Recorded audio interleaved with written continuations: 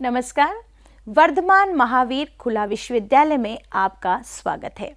मेरा शुभ नाम श्रीमती सुलेखा कटारिया है और मैं वर्धमान महावीर खुला विश्वविद्यालय के समाजशास्त्र विभाग में अतिथि संकाय के पद पर कार्यरत हूँ।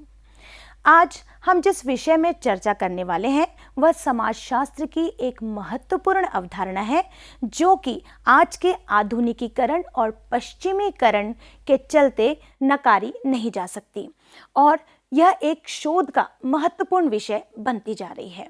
जी हाँ, आज का विषय है सामाजिक परिवर्तन यानी कि सोशल चेंज।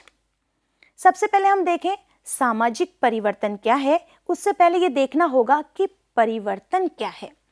परिवर्तन, जैसा कि आप सब जानते हैं, परिवर्तन प्रकृति का नियम है और शाश्वत नियम है, अटल नियम है जिसे टाला नहीं जा सकता और यह एक अवश्यभावी प्रक्रिया है।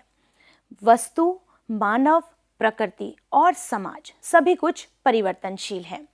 वैसे अगर देखा जाए तो परिवर्तन का सामान्य अर्थ है किसी भी क्रिया अथवा वस्तु की पूर्व की स्थिति में बदलाव आ जाना। और परिवर्तन का संबंध अगर देखें तो तीन बातों से है। पहला है वस्तु, दूसरा है समय और तीसरा है भिन्नता। और जब इन तीनों तत्वों अर्थात इन तीनों बातों को देखें तो यह समझ में आता है कि किसी दो वस्तुओं में विभिन्न समयों पर होने वाली भिन्नता ही परिवर्तन कहलाती है। इसका मतलब ये हुआ, वस्तु का अगर कोई रूप पहले था और कुछ समय बाद उस वस्तु का दूसरा परिवर्तित या संशोधित स्वरूप अर्थात उसमें दिखाई देने वाली भिन्नता परिवर्तन कहलाती है। ये तो साधारण शब्दों में है परिवर्तन। अगर इसके बाद हम देखें, जो कि समाजशास्त्र की महत्वपूर्ण अवधारणा है, तो हमें इसे समाजशास्त्रीय परिप्रेक्ष्य से देखना होगा कि सामाजिक परिवर्तन क्या है। अर्थात समाज में होने वाला परिवर्तन सामाजिक परिवर्तन कहलाता है।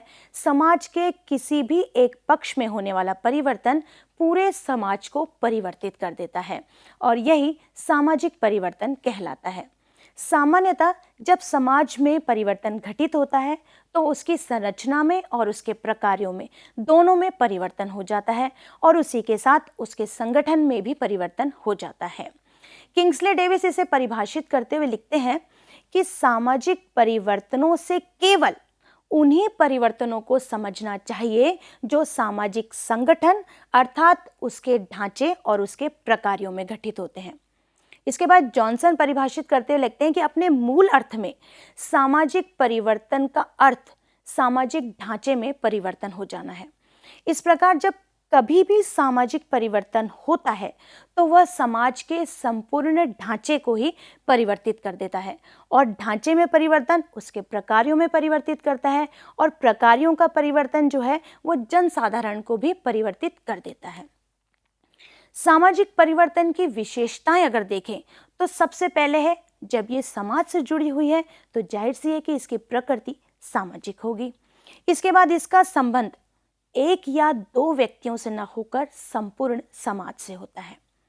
इसके बाद यह एक सार्वभौमिक एवं सार्वकालिक घटना है। इसका मतलब यह हुआ कि किसी भी समाज में, किसी भी समय में, किसी भी काल में, विश्व के किसी भी कोने में ऐसा कोई समाज नहीं है जिसमें परिवर्तन न होता हो। कभी ना कभी उसमें परिवर्तन अवश्य होगा। इसके बाद परिवर्तन अवश्य भावी है और यह स्वाभाविक रूप से ही होता है। लेकिन आपको एक बात बता दें कि कई बार परिवर्तन जो है वो नियोजित तरीके से लाए भी जाते हैं। इसके बाद इसकी भविष्यवाणी जो है वह असंभव है। आपको पता नहीं कि परिवर्तन की दिशा कहाँ तक जाएगी या कब किस समय कैसा परिवर्तन होगा, तो इसकी भविष्यवाणी असंभव है। इसके बाद इसकी असमान और तुलनात्मक गति होती है। इसका मतलब यह है कि यह आवश्यक नहीं कि जो आपके शहर में परिवर्तन हो रहा हो वह एक गांव में भी हो रहा हो। इसका मतलब यह है कि कहीं इसकी गति तीव्र होती है तो कहीं इसकी गति मंद होती है। हाँ, लेकिन ये अवश्य है कि इसकी असमान और तुलनात्मक गति होती है और यह होता अवश्य है। इसके बाद सामाजिक परिवर्तन की कुछ प्रक्रियाएं हैं जिनके द्वारा सामाजिक परिवर्तन को हम बता सकते हैं। सबसे पहले है उद्विकास।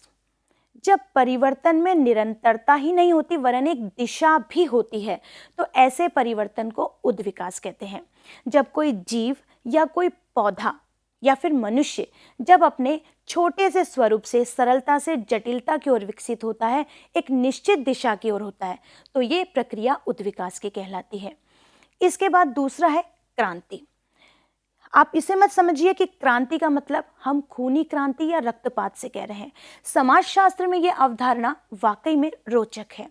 इसमें क्रांति के अनुसार पुरानी व्यवस्था के स्थान पर नई व्यवस्था या फिर प्राचीन संस्थाओं के स्थान पर नई संस्थाओं की स्थापना की जाती है। और क्रांति हमेशा हिंसक हो यह आवश्यक नहीं। हिंसक अहिंसक दोनों ही क्रांति के माध्यम से समाज में कई बदलाव आते हैं। अहिंसक क्रांतियों में अगर देखें तो औद्योगिक क्रांति, हरित क्रांति, श्वेत क्रांति आदि कई ऐसी क्रांतियां हैं जिन्होंने समाज में बेहतर तरीके से अपना परिणाम दिया है और समाज में कई तरह के परिवर्तन किए हैं। इसके बाद अगला है प्रगति। इसके अंतर्गत ऐसे परिवर्तन आते हैं जो समाज को मान्यता प्राप्त लक्ष्यों की ओर ले जाते हैं और इन लक्ष्यों का निर्धारण नैतिक मूल्यों व आदतों के अनुसार किया जाता है। इसके बाद है विकास। विकास से तात्पर्य किसी वस्तु में होने वाले ऐसे परिवर्तन से है जो हमेशा श्रेष्ठता की ओर ले जाते हैं। इस तरह ये सामाजिक परिवर्तन की चारों प्रक्रियाएं यानी कि उद्विकास, क्रांति, प्रगति और विकास, ये चारों मिलकर समाज में परिवर्तन को दिशा देती हैं। लेकिन इस सामाजिक परिवर्तन के कारक कौन से हैं? समाज में आखिर परिवर्तन क्यों होता है? क्या इसके पीछे कोई एक कारण है या फिर कई ऐसे कारण आपस में मिलकर सामाजिक परिवर्तन को दिशा देते हैं? इसमें सबसे पहले है भौगोलिक या प्राकृतिक कारण। जी हाँ, कहीं बाढ़, अतिवृष्टि या ओलावृष्टि, भूकंप जैसी प्राकृतिक आपदाएं आ जाएं तो वहां के स्थानीय लोगों में या वहां के समाज में अपने आप परिवर्तन हो जाता है। इसके बाद है प्राणी शास्त्रीय या जैविकीय कारक जिसमें जनसंख्या संबंधी कारक आते हैं। इसके बाद है जनसंख्यात्मक कारण, जनसंख्या के बढ़ने और घटने पर भी सामाजिक परिवर्तन होते हैं। इसके बाद प्रौद्योगिक कारक जैसे कि औद्योगिक व्यवस्था, जब औद्योगिक व्यवस्था आती है और उनमें आविष्कार होते जाते हैं तो वैसे ही सामाजिक परिवर्तन होते हैं। इसके बाद है आर्थिक कारक जो अर्थव्यवस्था से जुड़े होते हैं। इसके बाद राजनीतिक कारण जो राजनीतिक व्यवस्था से जुड़े होते हैं और ये राजनीतिक व्यवस्था भी सामाजिक परिवर्तन की तरह अपने आप को संबंधित करती है। इसके बाद मनोवैज्ञानिक कारक और इसके बाद है सांस्कृतिक कारक। ये सभी कारक, ऐसा नहीं है कि समाजशास्त्र में सामाजिक परिवर्तन को एक ही कारक से माना जाए, जबकि सामाजिक परिवर्तन का संबंध विभिन्न कारकों से है और ये विभिन्न कारक आपस में मिलकर सामाजिक परिवर्तन कर देते हैं। इसके बाद देखें कि सामाजिक परिवर्तन के प्रतिमान क्या है। तो मैकाइवर व पेज इसे बखूबी अच्छी तरह परिभाषित करते हैं और 3 प्रकार के प्रतिमानों की चर्चा करते हैं। पहला है प्रथम प्रतिमान या एक रेखीय प्रतिमान, जब परिवर्तन एक ही दिशा में जाता है। इसमें क्या होता है कि एक बार आविष्कार हो जाता है और उसके बाद उसी वस्तु में निरंतर संशोधित करके उसके नए नए स्वरूप को जनता के सामने प्रस्तुत किया जाता है। जैसे इसका उदाहरण ले लीजिए, अगर एक पहिए का निर्माण हुआ है, पहिए का आविष्कार हुआ है, तो प्रारंभिक दौर में इस पहिए का इस्तेमाल हो सकता है बैलगाड़ी में किया गया हो, लेकिन धीरे धीरे यह पहिया, इसका विकसित स्वरूप या इसका संशोधित स्वरूप इतना विकसित आपको नजर आया है कि इसे वायुयान तक इसे ले जाया जाता है। या फिर सीधी सी बात है, अपने आसपास मोबाइल फ़ोन को देख लीजिए कि किस तरह मोबाइल फ़ोन जो था पहले किस रूप में था, या लैंडलाइन रूप में था, फिर मोबाइल आया और मोबाइल के बाद अब जो है मोबाइल के अपने परिवर्तित रूप आए जा रहे हैं और नित नए। यानी मैं आपको ये बताना चाहती हूँ कि परिवर्तन जो है वो निरंतर होते ही रहते हैं और ये तब तक होंगे जब तक कि आपको एक संतुष्टि नहीं मिल जाती, तब तक इसका जो है परिवर्तित और संशोधित स्वरूप आता जाता है। इसीलिए इसे कहते हैं एक रेखीय परिवर्तन। इसके बाद दूसरा प्रतिमान या फिर उतार चढ़ाव द्वारा प्रतिमान। इसमें क्या होता है कि सामाजिक परिवर्तन एक समय तक या एक सीमा तक जो है वो वृद्धि की ओर जाता है, अर्थात ऊपर की ओर जाता है। उसके बाद ऑटोमेटिकली उसमें ह्रास होने लगता है, यानी कि वो नीचे की ओर जाता है। इसीलिए इसे कहते हैं उतार चढ़ाव वाला प्रतिमान। और ये दूसरा प्रतिमान है।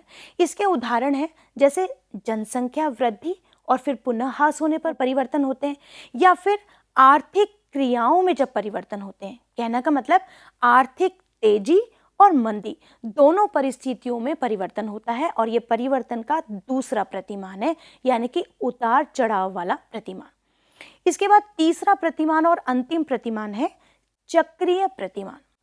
चक्रीय प्रतिमान जैसे कि नाम से ही स्पष्ट है, एक परिवर्तन जो है वो चक्र की भांति चलता है।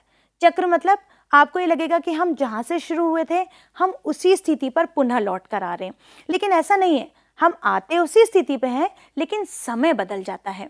लेकिन इसे चक्रीय प्रतिमान यूं कहा जाता है क्योंकि हमें ऐसा लगता है कि हम जहां से चले थे हम पुनः उसी पर लौट आए। इसके उदाहरण है जैसे ऋतु चक्र का आना, सर्दी गर्मी बरसात, या फिर फैशन का आना जाना।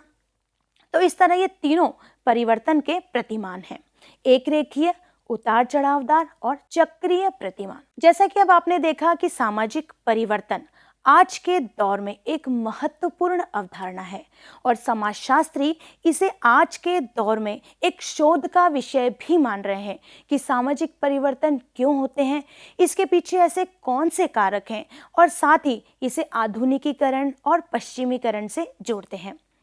तो आज हमारा चर्चा का विषय था सामाजिक परिवर्तन।